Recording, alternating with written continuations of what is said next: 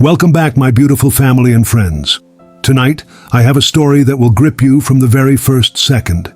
Imagine a little girl shivering in the bitter winter cold, standing alone on the marble steps of a mansion, her tiny voice breaking through the storm as she whispers, "They've beaten my mama, she's dying." Just one knock, and a life of wealth, solitude, and control is about to collide with unimaginable darkness. As you watch, you'll feel the fear, the courage, and the raw power of a choice that could save or destroy a family. Stay with me, because every second counts, and the truth you're about to hear will leave you questioning everything you thought you knew about justice, love, and survival.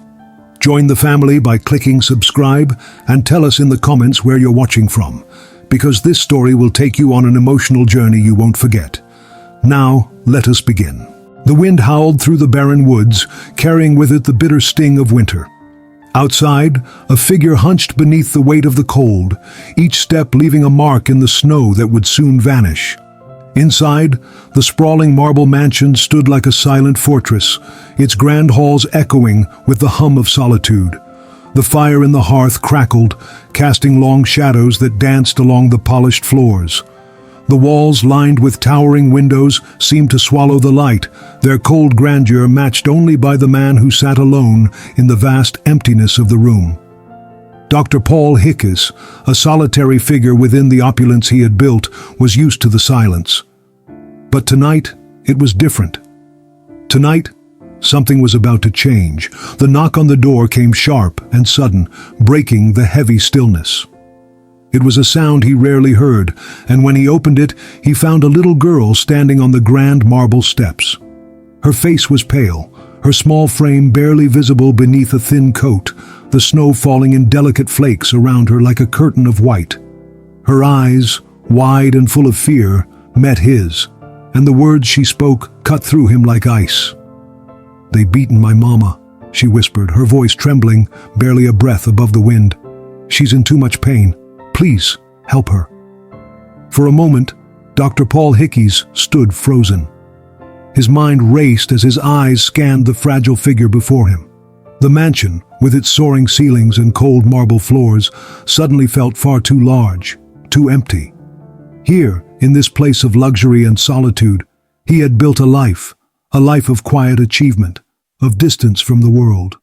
But the sight of this small, shivering child on his doorstep shattered that distance. Dr. Paul Hickes looked down at her, his brow furrowed, but his voice remained calm. "What's your name, little one?" he asked, his tone low and steady. Though something in it had shifted, there was no room for hesitation now. "Nicole Miller," the girl replied, her voice small but firm. There was something about the way she stood despite her fear that drew his attention. Her gaze was direct, even if her body trembled in the cold. Dr. Paul Hickes stepped aside, making room for her in the warmth of the mansion. The fire in the great room flickered, its heat a sharp contrast to the frigid night outside. The girl hesitated for a moment before stepping inside, the sound of her boots on the marble floors echoing through the silence. Her eyes scanned the room, taking in the vastness of the mansion. The tall columns, the gilded frames, and the thick carpets seemed almost foreign to her, like a world she could barely comprehend. "Where's your mama?" Dr. Paul Hickes asked, closing the door behind her. The wind howled against the glass, but within the mansion's walls the storm felt far away. "By Miller's Creek," Nicole Miller said, her voice cracking. "She can't move. She's hurt bad, sir. They left her there." The name Miller's Creek struck him like a punch. Keith Amber Miller. Dr. Paul Hickes had heard the name before. He had seen the man, the drunken rage, the cruel temper. The way Margaret Miller, his wife, had always seemed to shrink when Keith was near. He remembered the few times he had seen them in town, the hushed whispers that followed them. Keith Amber Miller had long been a man known for his violence, his temper, his cruelty, but Dr. Paul Hickes had never intervened. It wasn't his place. But now, hearing the name from the lips of this child, hearing the desperation in her voice, everything changed.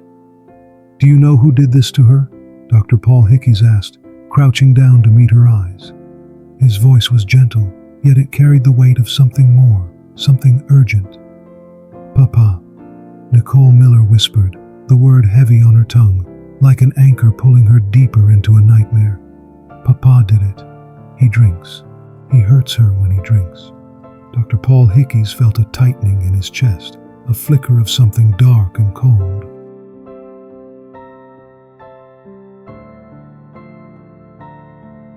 That he had pushed away for too long. Keith Amber Miller, he had always suspected, always turned a blind eye, thinking it wasn't his problem. But now, standing here in the grand foyer of his marble mansion, the silence between them felt like a call to action. The girl's small hands were clasped tightly together, her knuckles white from the cold and the tension. Her eyes were wide, but there was a kind of quiet strength in them, as if she had seen more than a child should. Her mother was out there, alone and broken, and she was asking for help. Dr. Paul Hickey's gaze shifted, and for a moment, the world outside, the mansion, the grandeur, the opulence, seemed distant. None of it mattered. What mattered was the choice standing before him, the choice to act. He had built this mansion with his own 2 hands, his success hard-earned, but there was something hollow about it now. This mansion, this place of wealth and power, felt suddenly empty. It was a cold, sterile prison for someone who had once known loss and grief far more intimately than he had cared to admit. He had spent so long in this silence, so long hiding away. But this was something different. This was a chance to do more than just exist in the quiet. "Get inside," Dr. Paul Hickey said, his voice soft but firm. "I'll go get your mama." Dr. Paul Hickey stepped into the snow-covered night, the biting wind cutting through his coat, making his breath fog in the air. The mansion behind him felt more distant now, its grandeur an afterthought as he trudged through the snow. The world around him, the stillness of the wilderness, seemed to press in, heavy, silent, and relentless. The snow beneath his boots crunched as he moved toward Miller's Creek, the wind picking up as the storm intensified. The journey was long, but Dr. Paul Hickey's resolve didn't waver.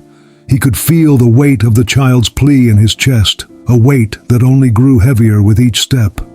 His thoughts wandered to Keith Amber Miller and his violent streak. He had always been known for it, his temper, his cruelty, and yet no one had ever done anything. No one had stepped in.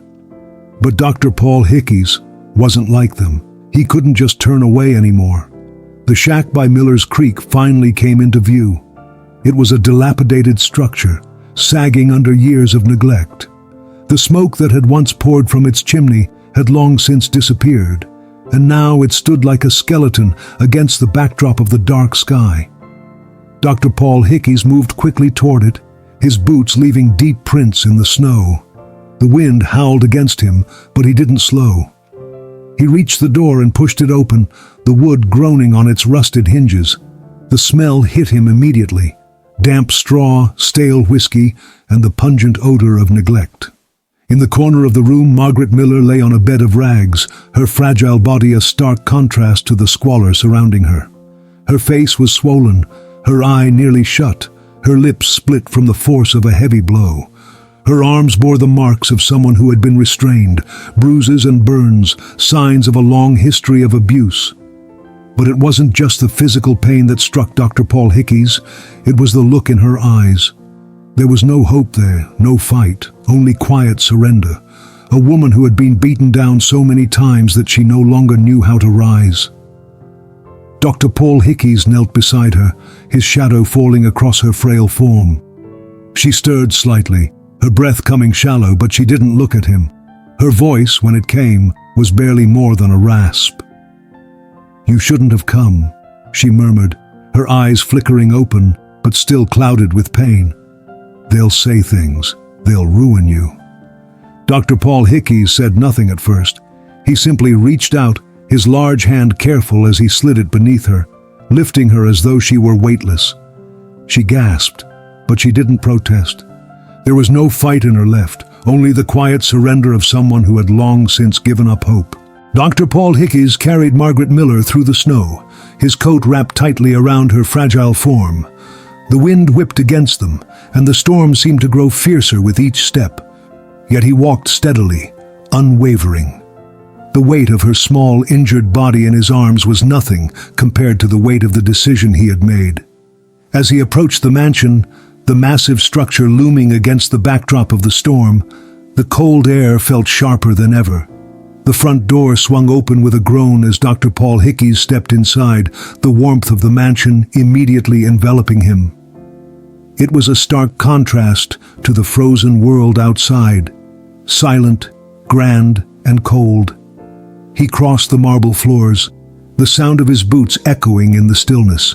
The flickering flames from the hearth cast long shadows across the walls, their golden glow a reminder of the warmth Margaret Miller desperately needed. Nicole Miller was sitting on the large sofa by the fire, her hands clasped tightly together, her small body trembling. She looked up as Dr. Paul Hickey entered, her face lighting up when she saw her mother in his arms. "Mama?" Nicole whispered, her voice small, hesitant, but full of hope. "You're here?" Dr. Paul Hickey didn't answer. He laid Margaret Miller gently on the couch, the firelight illuminating her battered face. Her eyes fluttered open, and she looked at him, not with the shame or fear she had shown before, but with something softer, something that spoke of trust. "Thank you," she whispered, her voice raspy, the words coming slowly as if it took everything in her just to speak. "I didn't think—" "You don't have to thank me," Dr. Paul Hickey interrupted, his voice firm but kind. "You're safe now." Nicole Miller scrambled off the couch and ran to her mother's side. She looked at Margaret Miller with such a mixture of love and fear, her small hands gently resting on her mother's shoulder. "I'm here, Mama," Nicole said softly, her voice breaking the tension in the room. "You're going to be okay." Dr. Paul Hickey stepped back, watching them both, but it wasn't pity he felt. It was something else, something unfamiliar, something that stirred deep within him, something he had long since buried under layers of silence. For the first time in years, he didn't feel like a stranger in his own home. The town square was filled with townsfolk, their voices a muddled mix of anger, confusion, and desperation. Mr. Amber stood at the forefront, his face twisted into a mask of defiance, his arms crossed, as if this was all part of some grand show. His gang was nowhere in sight, but the presence of his anger was palpable. The town of Riverside Ridge had never known peace. A small, tight-knit community surrounded by the wild woods and ever-present winter storms, its people were used to isolation and self-reliance. But for the past few weeks, something had begun to stir in the hearts of the townsfolk. A wave of robberies, once unheard of in these parts, had started to plague the farms, merchants, and homes. Goods were disappearing, and the whispers of a gang of teenage criminals became louder with each passing day. The latest robbery had hit too close to home for the townspeople. The gang had been brazen, stealing from the town's church, a sacred place, a community pillar. This time, the townsfolk had caught one of the young accomplices, a teenage boy, barely 15 years old, who had tried to make off with a collection of gold coins. Word spread like wildfire, and by the time Margaret Miller had returned home out from the mansion, the town was already gathered in the square. Torches burned brightly, their flames licking at the darkening sky, casting an eerie glow over the small crowd. The boy was dragged to the center, his hands bound tightly, his face pale and filled with terror. "Hurt! Hurt him!" The voices cried out, a mixture of anger and righteousness that seemed to have taken over the town's moral compass. The boy's tears were visible in the dim light, his eyes darting between the crowd, searching for some form of escape. But there was none. Margaret Miller felt her heart tighten in her chest. She had seen this kind of mob mentality before. Mr. Amber Miller had often used the rage of the town's people to his advantage, turning their blind fury into an excuse for his own twisted desires. But this was different. This was an innocent life on the line, and Margaret wasn't about to let it happen again. Margaret's boots crunched against the snow as she approached the center of the crowd. The voices grew louder as the townsfolk shouted for justice, calling for the boy to be punished in the harshest way possible.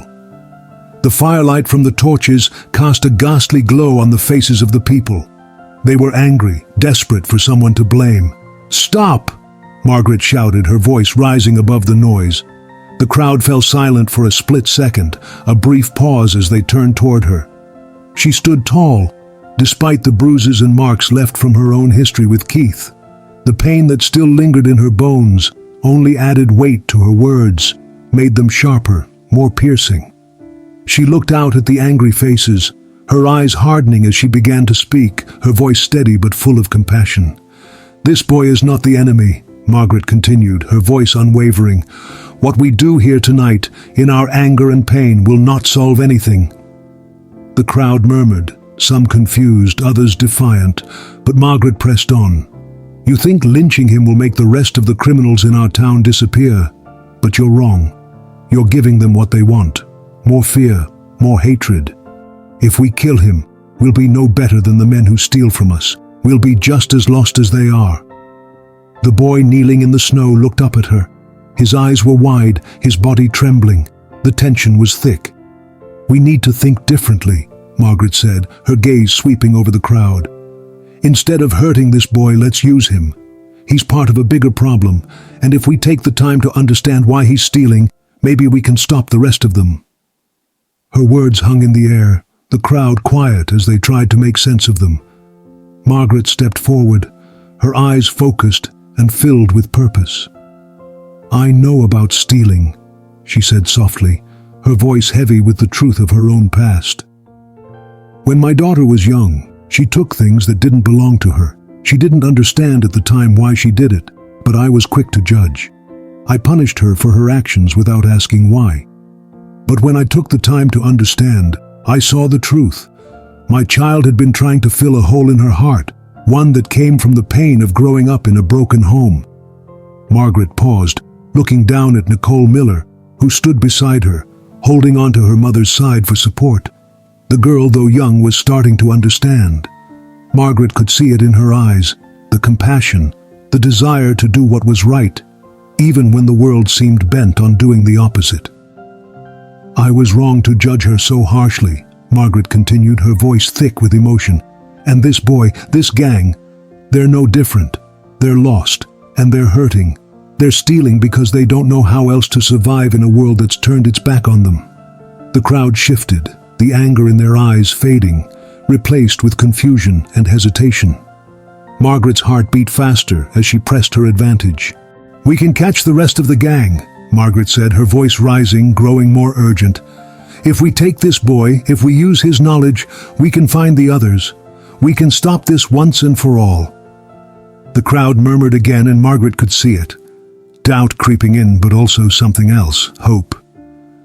"We don't need to hurt him. We need to show him a better way." Margaret's eyes locked onto the boy. "You're not alone in this. If you help us, we'll make sure you get the chance to turn things around." The boy's eyes filled with something between relief and disbelief, but he nodded. A silent agreement passed between them, and Margaret could see the weight of the world starting to lift from his shoulders. It was a long moment before anyone spoke, the crowd still in stunned silence, weighing Margaret's words. The townsfolk, normally so quick to jump to violence, found themselves at a crossroads. Their fear and frustration had clouded their judgment, but Margaret's voice had broken through the fog. The community began to murmur among themselves, slowly realizing the wisdom in what she proposed.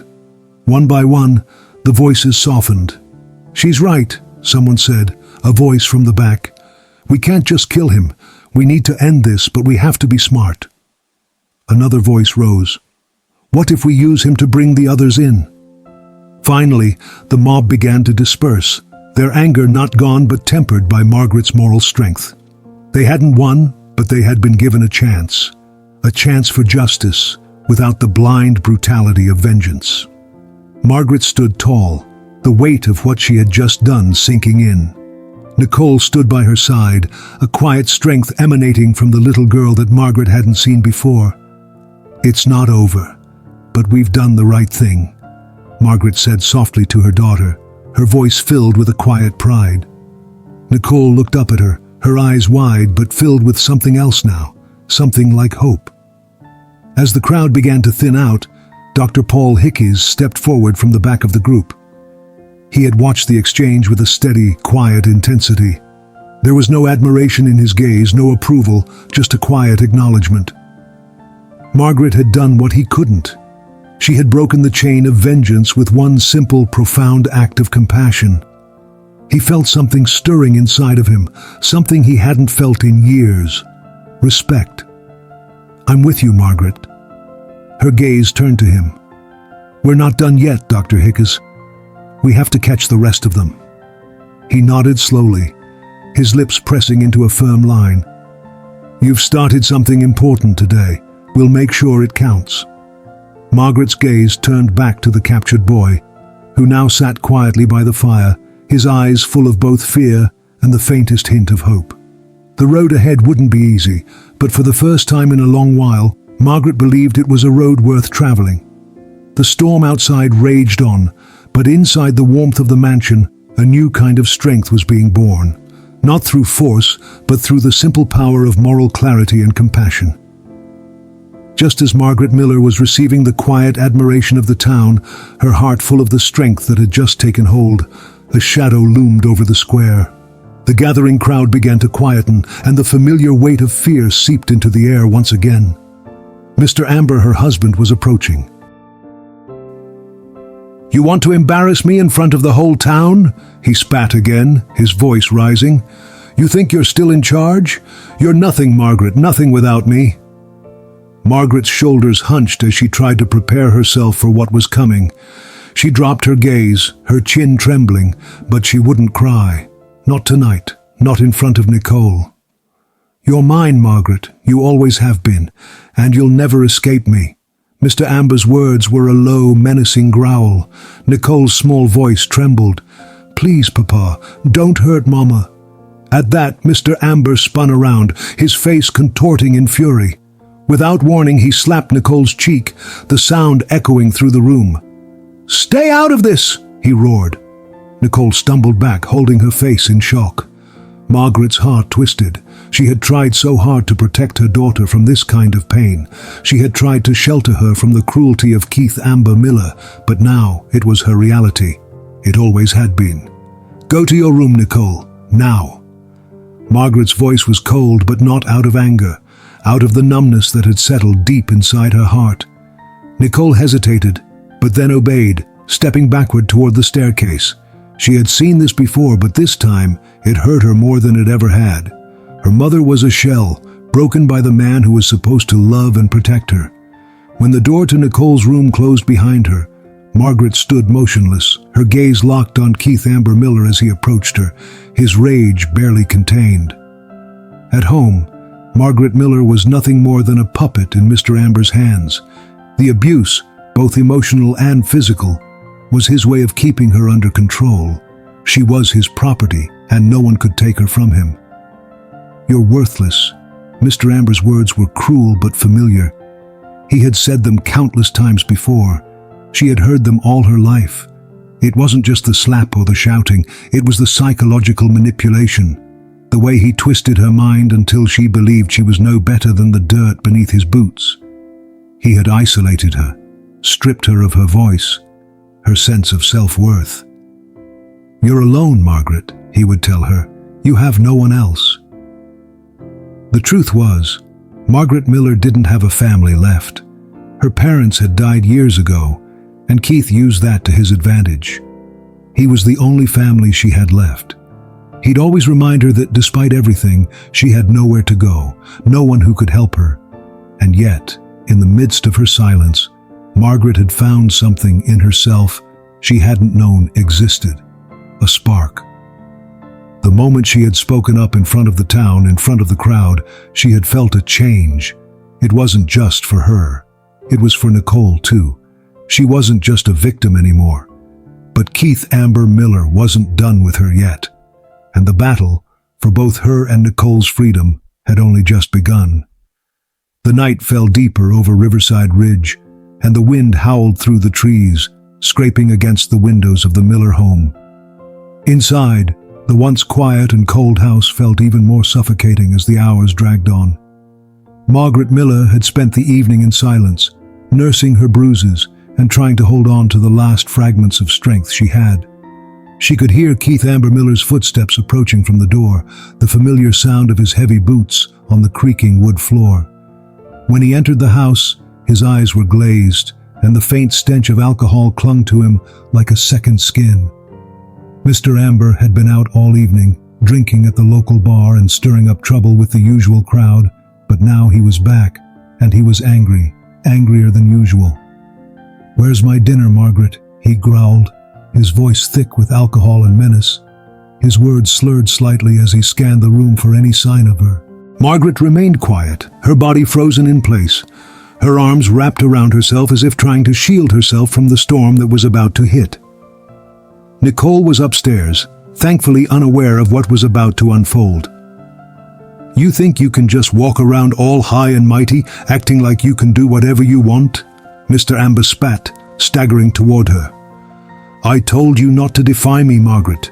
You think you can stand up to me in front of the town?" Before she could even react, Mr. Amber was upon her, his hands grabbing her by the arms with violent force, dragging her toward the small kitchen.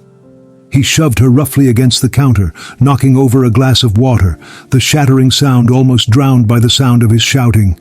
"You're nothing without me." His voice was low, full of seething hatred. "You'll always be nothing. I'm the one who gave you life, the one who gave you a home, and this is how you repay me." Margaret struggled to break free, but his grip was like iron, his strength fueled by both rage and the alcohol coursing through his veins. "Please, Keith," she whispered, trying to keep her voice calm, but it was hard, too hard. Her voice shook with fear. Don't do this." But her pleas only fueled his anger. "Shut up!" Mr. Amber yelled, his words muffled by the roaring fury inside him. Without warning, he backhanded her across the face, sending her stumbling to the ground. The sting on her cheek was sharp, but the emotional pain was even worse. Nicole's voice broke through the silence, just as Mr. Amber raised his hand again, ready to strike. "No, please." Nicole stood at the top of the stairs, her small body trembling, her wide eyes filled with tears. She had seen this before, but tonight was different. Tonight, her mother wasn't just crying quietly. Tonight, the violence seemed different. It was bigger, and it felt like it would consume them both. "Papa, please stop," Nicole cried, her small hands trembling as she clutched the railing. "Mama didn't do anything wrong. Please stop hurting her." Her words cut through Keith Amber Miller's fog of drunken rage, but he didn't stop. Instead, he shot her a look so cold and bitter that it made Nicole's heart freeze. "You're just like her," he sneered, his words laced with venom. "A little brat." Nicole ran down the stairs, her heart pounding as she tried to reach her mother. Margaret looked up, her face pale and bruised, but the sight of her daughter filled her with a surge of protection. "Nicole, get away from here, go!" she cried, but Nicole wasn't listening. In the midst of the chaos, Nicole's panic and desperation reached a boiling point. She knew what was happening. Mr. Amber wouldn't stop. He never stopped. Her heart raced as she turned toward the door, her small frame darting through the living room and into the snow-drenched night. The cold air bit at her skin, but she hardly noticed it. All that mattered was getting help. She couldn't let her mom die like this. Her breath came out in heavy gasps as she ran down the path leading to the massive gates of Dr. Paul Hickes's estate. The mansion loomed ahead, a beacon of hope in the dark night, a place where the shadows of violence couldn't reach. With tears in her eyes, Nicole pounded on the grand door, her small fists hitting it frantically. "Please, help, please," she cried, her voice cracking with the weight of her emotions. Dr. Paul Hickes had been a quiet figure in town, known for his wealth but also for his discreetness. Nicole had always thought of him as someone she couldn't reach, but now, in her moment of terror, he was her only hope. The door opened after what felt like an eternity. Dr. Paul Hickes stood there, his tall frame casting a shadow over the doorway. "Nicole? What's wrong?" he asked, concern filling his voice. Tears welled in Nicole's eyes, and her small voice broke as she said, "Please, Mr. Amber, he's hurting my mom. You have to save her." Without a second thought, Dr. Paul Hickes. "Wait. Before we continue, let me ask you, If you were standing on the snow-covered steps watching a little girl plead for her mother's life, what would you do? Could you find the courage to step into the darkness when every instinct tells you to run? Right now, the stakes are higher than ever, and the choices about to be made will determine who survives and who doesn't. Don't blink, because every second matters. And if you haven't yet, join our family by subscribing and tell us in the comments where you're watching from. Your support helps bring more stories like this to life. Now, let's see what happens next. Wait, before we continue, let me ask you. If you were standing on the snow-covered steps, watching a little girl plead for her mother's life, what would you do? Could you find the courage to step into the darkness when every instinct tells you to run? Right now, the stakes are higher than ever, and the choices about to be made will determine who survives and who doesn't. Don't blink, because every second matters. And if you haven't yet, join our family by subscribing and tell us in the comments where you're watching from. Your support helps bring more stories like this to life. Now let's see what happens next. Wait, before we continue, let me ask you. If you were standing on the snow-covered steps, watching a little girl plead for her mother's life, what would you do? Could you find the courage to step into the darkness when every instinct tells you to run? Right now, the stakes are higher than ever, and the choices about to be made will determine who survives and who doesn't. Don't blink, because every second matters. And if you haven't yet, join our family by subscribing and tell us in the comments where you're watching from. Your support helps bring more stories like this to life. Now, let's see what happens next. Nodded, his jaw tightening. His instincts kicked in. This wasn't just a broken marriage or a husband angry with his wife. This was abuse, pure and simple, and it couldn't go on any longer. Get in, Nicole. Stay with me. I'll handle this. He led her inside and quickly grabbed his coat.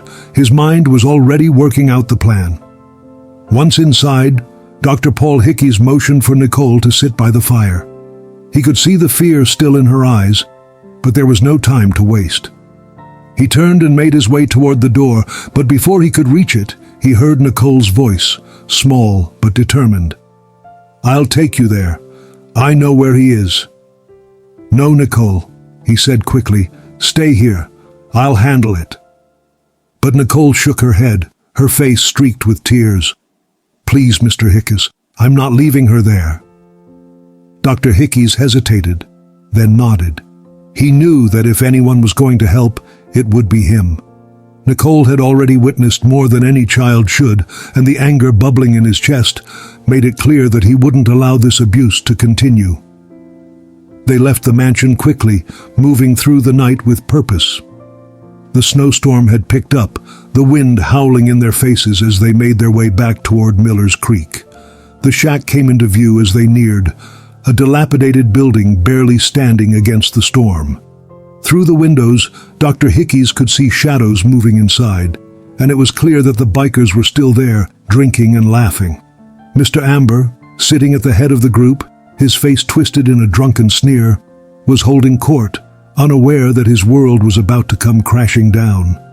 Dr. Paul Hickes stepped forward, his hands balling into fists as the anger surged through him.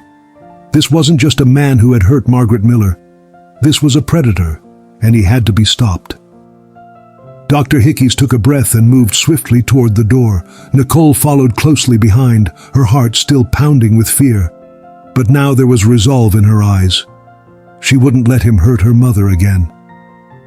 The door creaked open, and the sound of laughter from the bikers stopped instantly.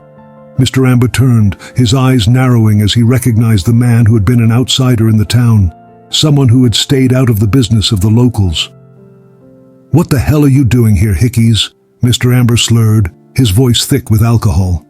He stood up, his fists already raised. "You think you can just walk in here and tell me how to run my life?" Dr. Hickes didn't flinch. He stepped inside, his presence filling the room. "I'm here for her."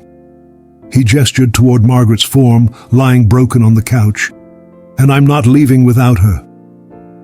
The bikers around Mr. Amber looked between each other, unsure of what to do. Some of them had heard the rumors about Margaret and Nicole, but none of them had ever cared enough to question what was happening behind closed doors. Until now.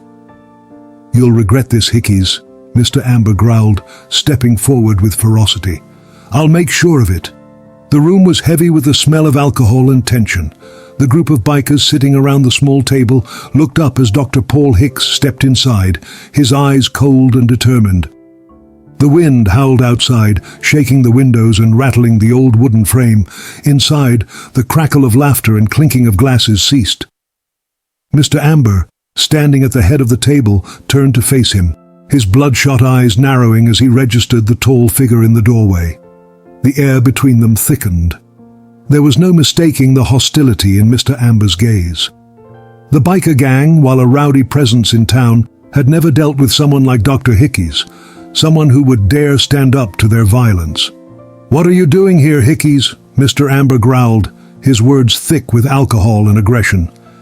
He swayed on his feet, but his demeanor was anything but passive.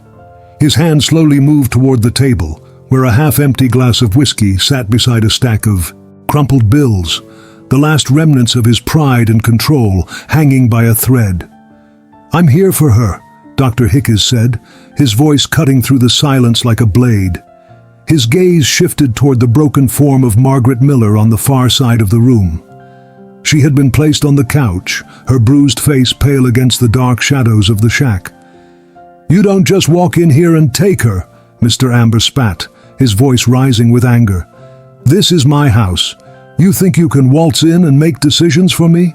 You think you have the right to step into my life like some savior?" The room was tense. Nicole Miller, still standing behind Dr. Hickeys, stepped back into the shadows, her hand clenched tightly around the wooden horse she had made for him. The weight of the situation, the impending violence, hung heavy in the air. "I'm not here to save anyone," Dr. Hickeys replied calmly, his posture steady and unyielding. "I'm here to make sure she's safe. You've done enough, Mr. Amber. It's over." Mr. Amber's face contorted with fury as he lunged forward, his hand grabbing at a rusted bottle on the counter. The room erupted into chaos. The bikers scrambled, standing up as their leader moved toward Dr. Hickeys with violence in his eyes. Mr. Amber's anger was all-consuming, and his actions were swift. He swung the bottle, aiming for Dr. Hickeys' head. But Dr. Hickeys was faster. In one smooth motion, Dr. Hickeys ducked to the side, avoiding the blow, and grabbed Mr. Amber's wrist before he could swing again. The crash of the bottle as it hit the floor was drowned by the sound of Dr. Hickeys' voice, low and commanding. "Enough!" The security team burst through the door just as the situation began to escalate, their heavy boots pounding against the wooden floor. The bikers looked up, their fear evident, realizing that they were no longer dealing with a lone man, but someone backed by force. "Get him down!" one of the guards shouted.